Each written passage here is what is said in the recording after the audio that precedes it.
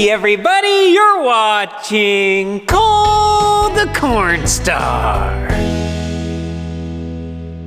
Before we get started, big thank you to AG1 for sponsoring this video. Good morning everybody, welcome to the farm. We have a bunch of stuff to do today. Today is what I'm going to call an everything day, meaning everything is falling on us at once. First up, I need to file an insurance claim. The other day, I was driving my dad's truck and I had it parked on the side of the street and somebody backed right into the back right here. So we have a nice little dent. And due to the fact that the body of this truck is made out of aluminum, they cannot do standard manipulating practices to fix this.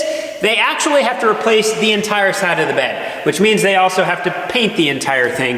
And so it's going to cost nearly $5,700. I actually just got my quote. It is $5,642. Hey, it's Shaquille O'Neal. Thank you for calling the General.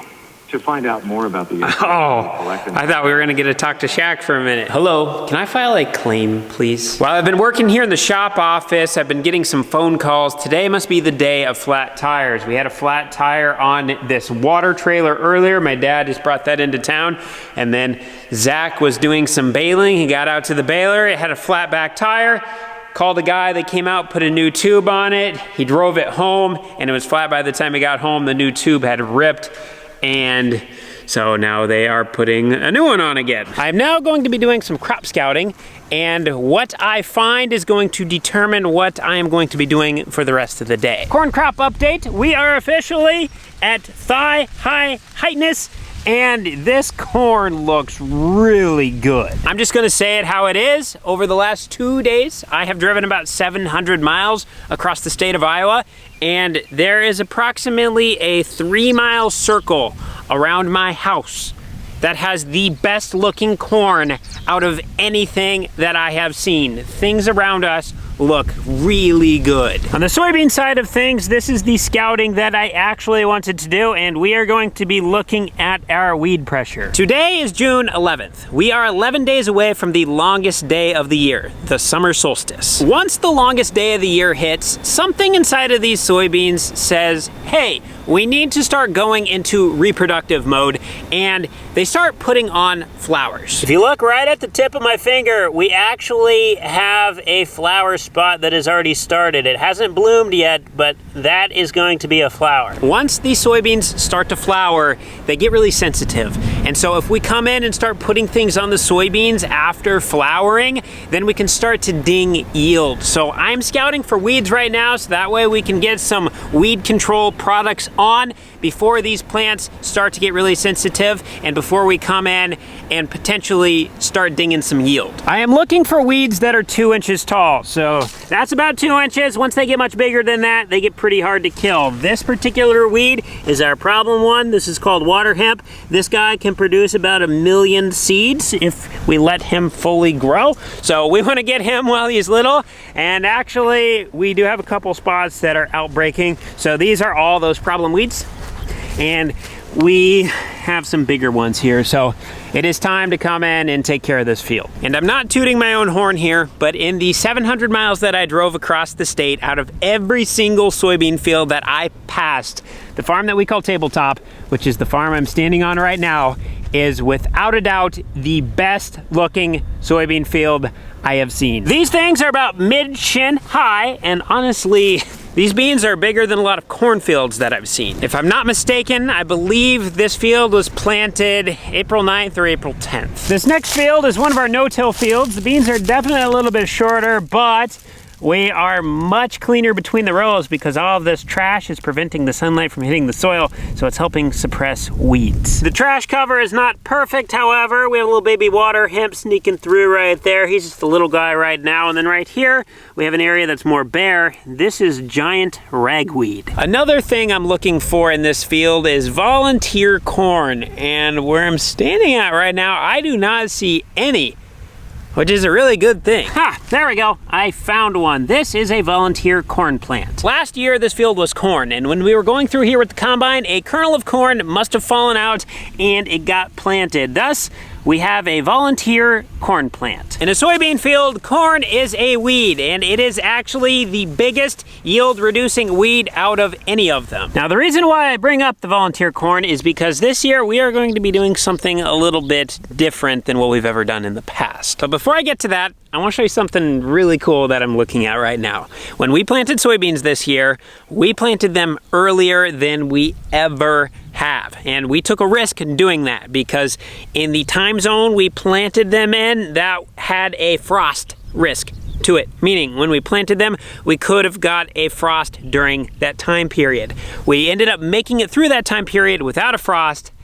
Now look at this. When I said our soybeans looked good, I was not exaggerating. The soybeans on the right are ours, and the soybeans on the left are the neighbors.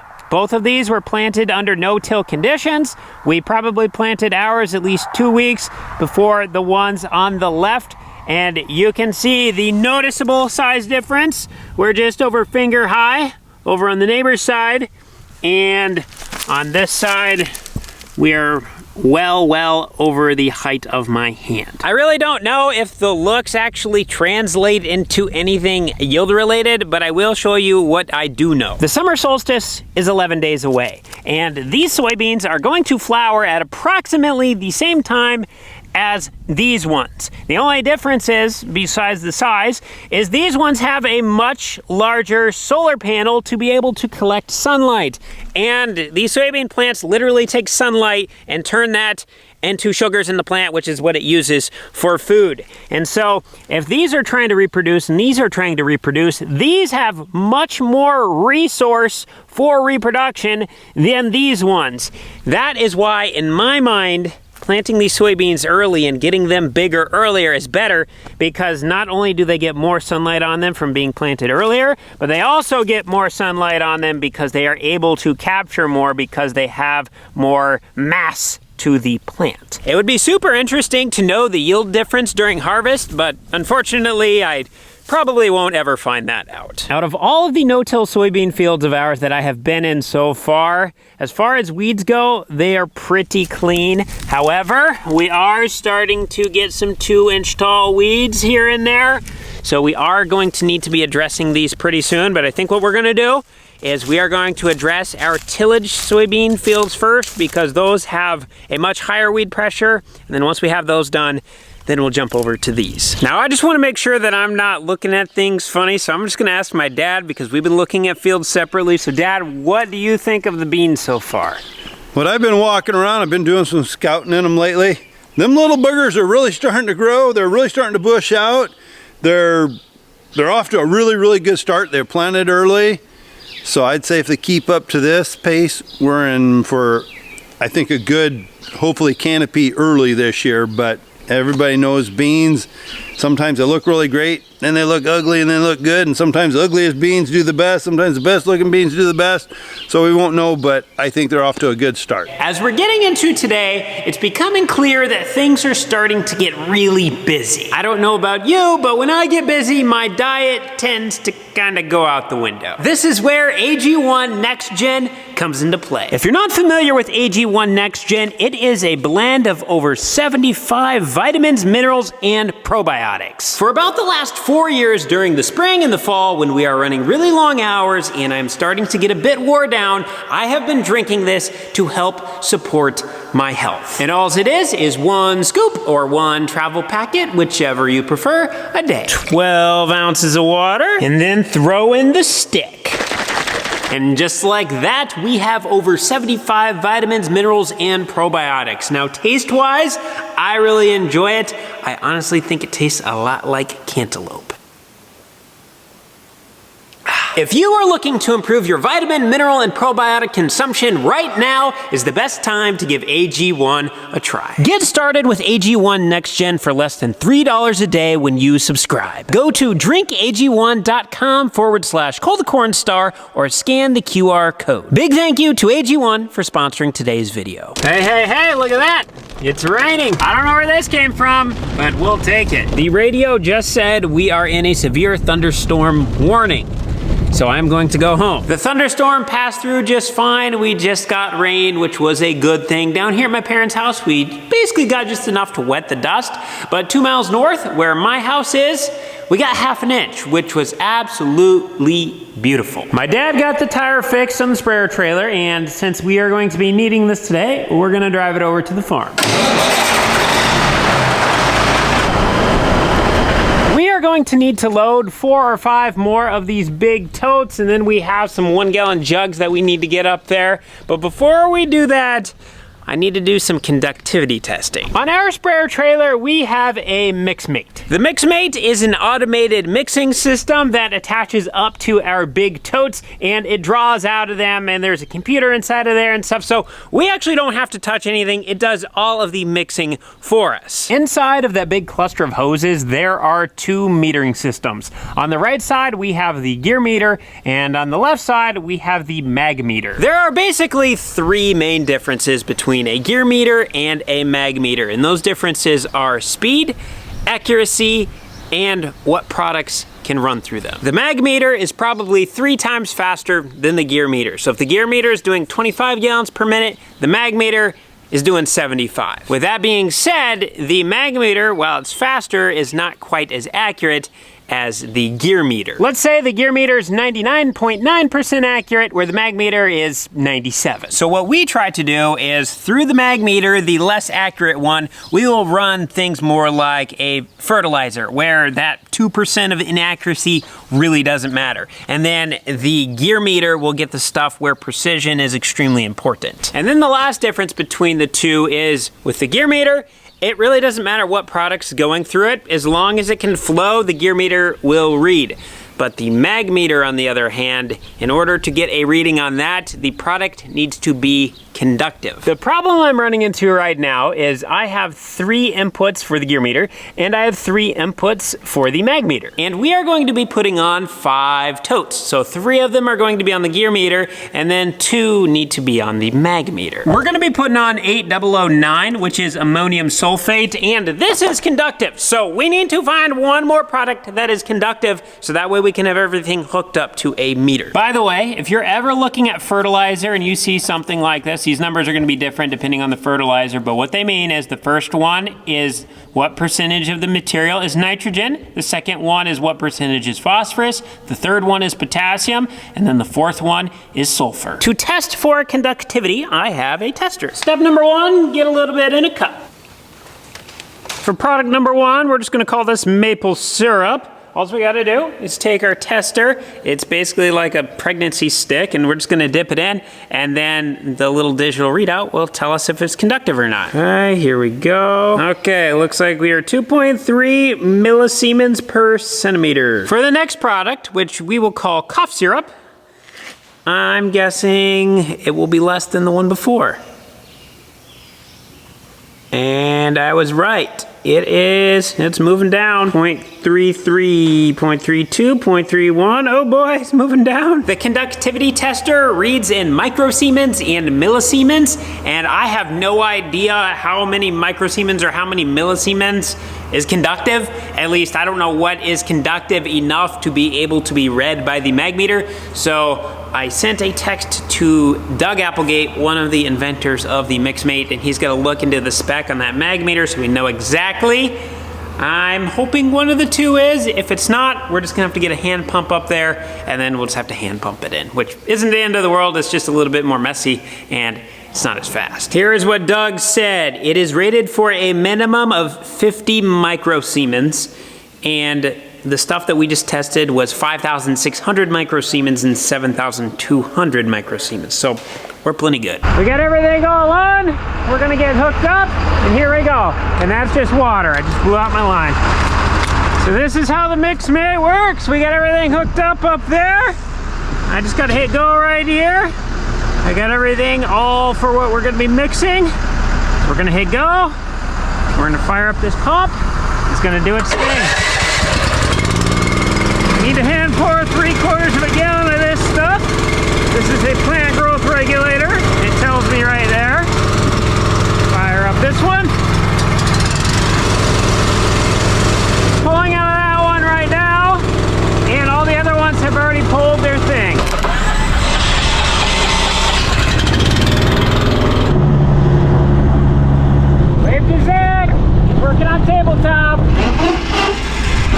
Zach's not messing around. Dad filled up first, but Zach got empty first. Okay, here we go. Fill up Zach.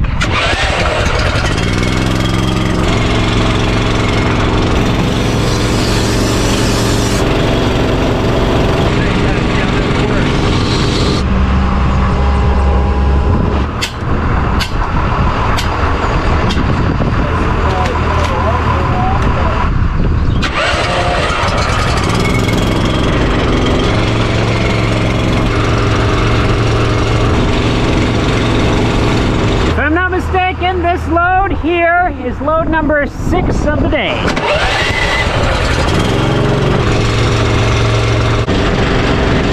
We are now on our way back to go fill up again. We're gonna get another 4,000 gallons of water.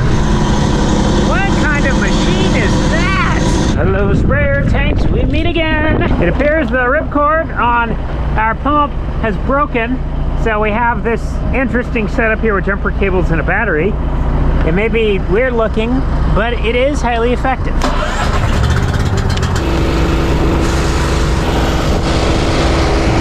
As I was getting ready to leave the field to go fill this up again, Zach said that the monitor in the sprayer he was running was not working correctly. There's a little emblem on there that resembles a sprayer, and then behind the sprayer, as you're driving through the field on the monitor, it paints it green in the areas that you've covered. And then in the areas you haven't covered, there's nothing there. So that way you can tell where you've been.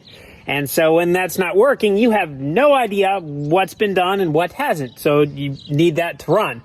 Zach is sitting at a standstill right now. Pete Youngblood from Youngblood Ag is going to be coming out. He's bringing a new part with him on what he thinks is the problem. In the meantime, I'm starting to get a little bit low on ammonium sulfate, so I'm just going to reload the trailer, and then when Dad needs me, I can just run out and fill him, because he's still running. We're sucking through the ammonium sulfate pretty fast. We use 42 gallons of it per batch.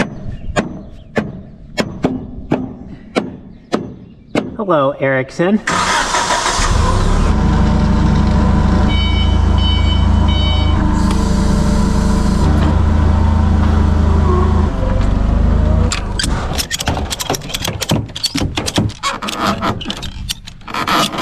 We got filled up just in time because Dad just got empty, and it looks like right across the road, Pete Youngblood showed up.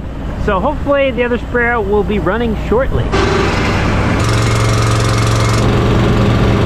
My dad is running the sprayer that is new to us, and this one is outfitted with Ag Leader's Right Spot, which is nozzle by nozzle shutoff. Every 15 inches, the nozzles work individually. So when he gets to an area that has not been sprayed, they turn on one at a time, which is super nice. I really like my dad running this machine because he doesn't have to worry about accidentally spraying an area that's not supposed to be sprayed. As long as you have it boundaried, the nozzle by nozzle shut off just takes care of it. And so it makes it a lot easier on him.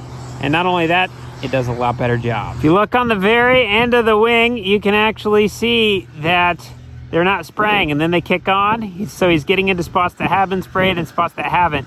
But it's just on the very end 3 feet right now. So he's just barely overlapping. 12 hours later. It's now the next morning. It is 7 o'clock. We did get a little bit foggy last night, so we have some dew on the plants. I cannot go until that dew is off. But the good news is we have about a 45-minute drive to our next field, and we also need to get the sprayer trailer filled up with water. So by the time we get all that stuff done and get out to the field, the dew should be off, the sun should be out, the plants should be awake, and then we should be able to get a really nice jump on the day. Since it's just going to be Dad and I today, we're just going to be running this one machine, and we're going to be running the semi, so that way we can just keep this thing moving all day, because that's rule number 1. The sprayer on the left is the one that is not working, and the tank of it is currently full. So what we're gonna do, we just hooked up to the pump, and we're just gonna suck it out, and we're gonna put it into the other one that we're gonna be running today. Not the biggest fan of this, because we need to remember to clean out the pump, but it's what we gotta do to get this one empty. Filled up, we're ready to go. I just got to the field that we're unfolding right now. It's weird. I just went a few miles away and it is significantly more foggy over here. Prime everything up here quick. We just gotta go into this, go to manual speed, set it at 8 miles per hour. Then we gotta turn our swath control off right there. Now we should be able to hit this. And then we're just gonna be looking down below to see if anything's coming out. And just like that, we are primed. That's my pressure meter right there. It was at 0. And as we can see, we now have pressure. Got our first load done. Filling up load number. It's kind of weird weather right now. The sun is out. It's actually shining pretty bright through those clouds, but it's 86% humidity, so it just looks kind of foggy. Just like that, we got 240 acres done. Mary Lou's is complete. This farm's done. New plan. It started raining on me, so we are at neighbor Caleb's house right now. That's their sprayer, and we're just gonna be parking the stuff here. 36 hours later. It's now 36 hours later. We ended up getting a ½ an inch of rain, which was absolutely beautiful for the crops, but it was enough to get us out of the field. So we ended up taking yesterday off. We are now back today. We ended up getting another little shot last night, actually, but it was basically just enough to kind of wet things down again. So Zach went out and checked Carol's farm. He said that the dirt was just lightly sticking to the bottom of his boots. So he's gonna get the sprayer ready and he's gonna get started. We need to get Carol's done today, and then we need to get Melvin's done today. Then we will be done spraying the beans. This morning is going to be a little bit of a runaround for me. Zach is going to be starting the sprayer by himself. He's going to be able to do that for a couple hours. My dad is actually in the hospital right now with my grandma Judy. She's been staying with us for about the last week, and this morning at about 5 o'clock they decided to call an ambulance, and so she's in the hospital right now. They're running a whole bunch of blood tests and stuff. She's having a really hard time breathing, and so they're just trying to figure out all what's going on. So my dad is there. He's not going to be able to help us out. I'm not planning on him being here today at all. I have a cremation that I'm going to go dig, so I'm going to get hooked up to the skid loader trailer here in a moment. We're going to go out and dig that. Once we get done with that, then we're going to jump back and hopefully help Zach be able to get finished up with the beans. They're talking rain 3 days in a row after today, so our window is quickly running out.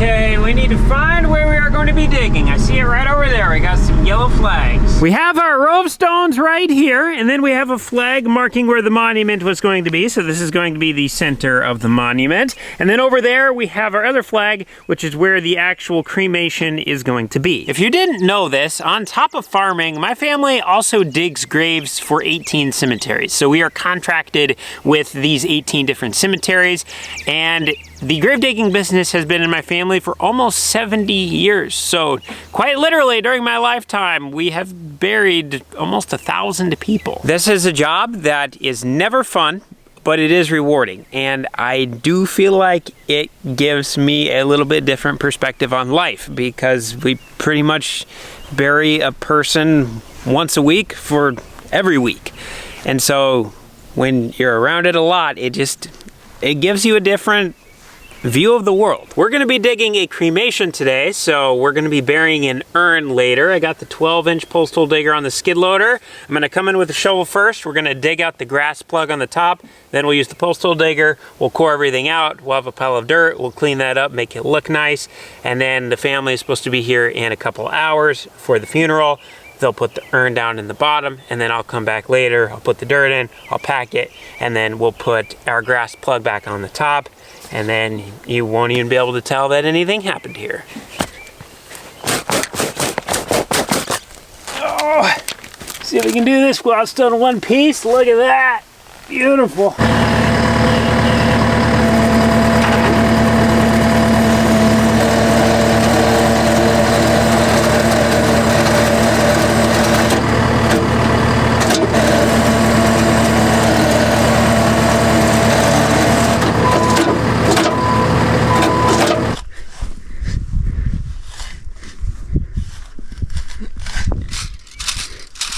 There it is. We got the cremation dug. We got our pile of dirt. The family will be here in a little bit to put the urn in, and then we'll come back later today and get this backfilled back in and put our grass plug back on top. I just got dropped off at neighbor Caleb's. It looks like there's like 900 gallons in the front, maybe 1,000 gallons in the back. Zach is on his way over to the next farm, so I'm gonna bring this to the farm. I'm gonna fill the tanks with water again, and then we'll bring this out to the last field. Eastbound down, loading up the truck. Oh, buenos dias, water tanks. We're here to get a big bowl of water. 1,000, 2, 1,000, 3, 1,000, 4, 1,000, 5, 1,000. Okay, that's enough of that. That's enough of that. Everybody knows.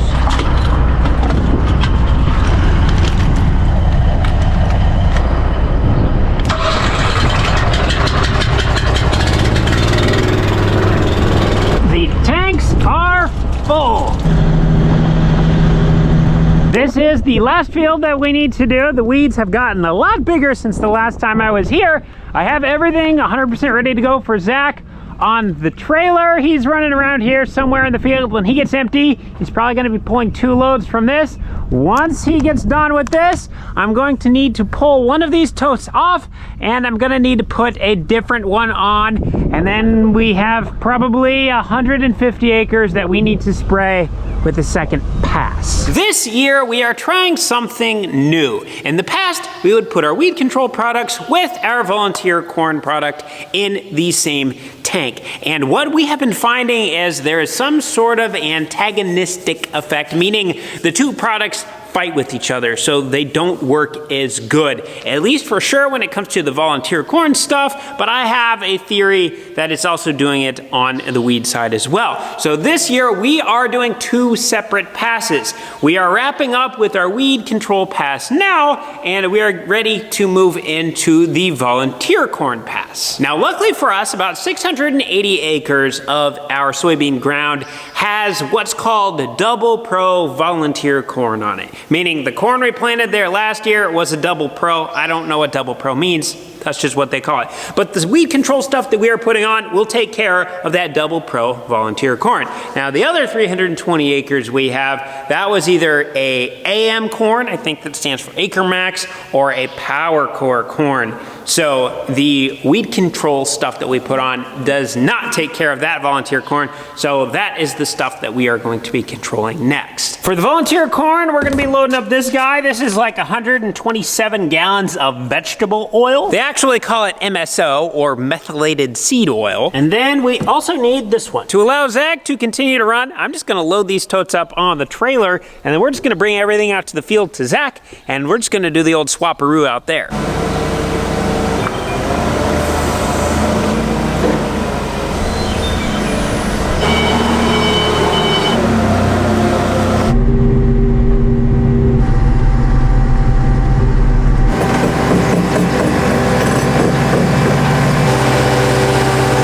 Zach is not quite ready for me yet, so I'm waiting. We're gonna cover this cremation. Wow, this was a beautiful little funeral right here. Never seen this before.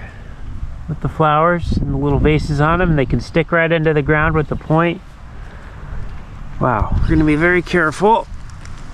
Oh.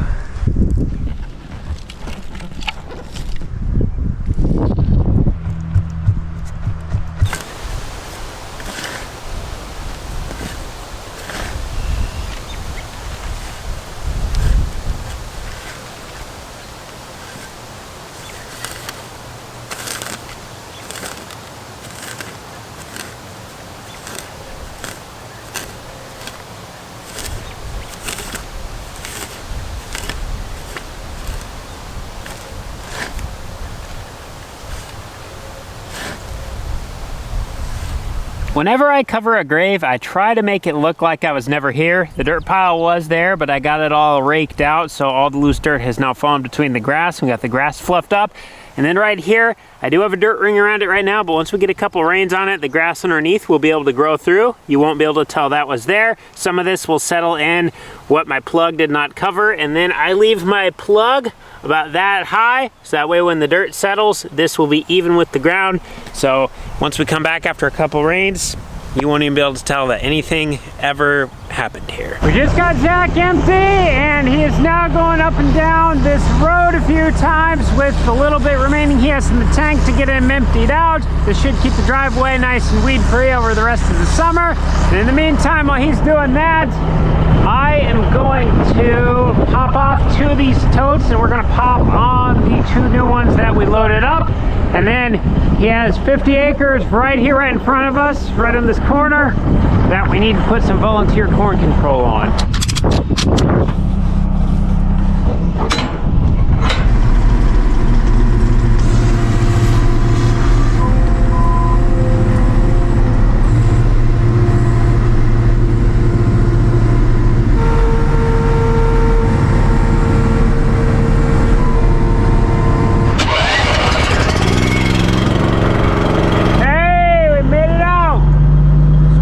Now that we are done spraying beans, corn update, it is now mid-chest high. Thank you for being patient with me on this spraying adventure. Spraying is really hard to document because it's super fast-paced, there's a lot of stuff going on, and it's basically the perspective from the trailer or the sprayer cab, and everything about looks the same. But we got a ton done today. We actually got over 1,000 acres of soybean ground sprayed. So now officially, technically speaking, we could just walk away from our soybeans. We are going to be hitting them with the fungicide pass in a few weeks. And then on the corn side of things, we have a nitrogen pass and then a fungicide pass.